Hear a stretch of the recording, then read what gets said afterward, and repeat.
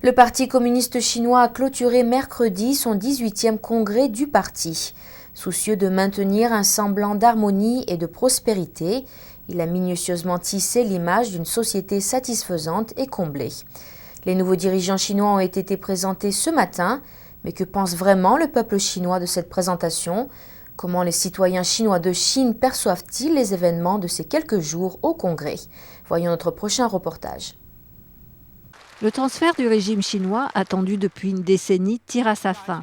Mercredi, les 2270 délégués du 18e congrès du parti ont approuvé la composition du comité central.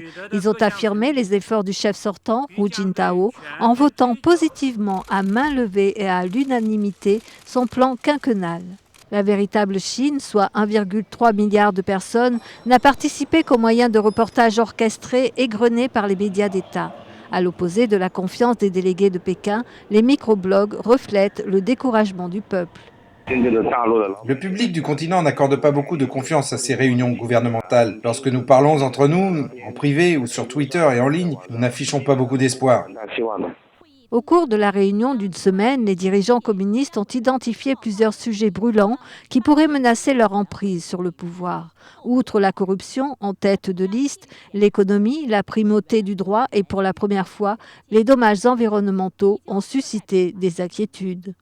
Pour pallier à ces problèmes, le Parti communiste promet la réforme, mais seulement à travers les idéologies existantes des dirigeants passés et en excluant sans équivoque toute évolution démocratique.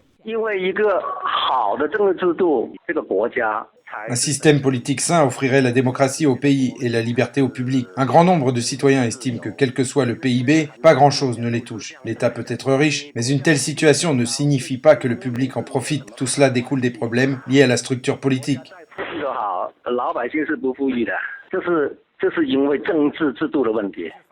Les dirigeants entrants de la Chine hériteront d'une série de défis nationaux et internationaux. Le régime communiste au pouvoir est coincé dans plusieurs conflits de souveraineté avec ses voisins et fait face à une communauté internationale qui doute des hautes sphères de Pékin face à leur tendance à la domination politique et économique. Nouvelle NTD.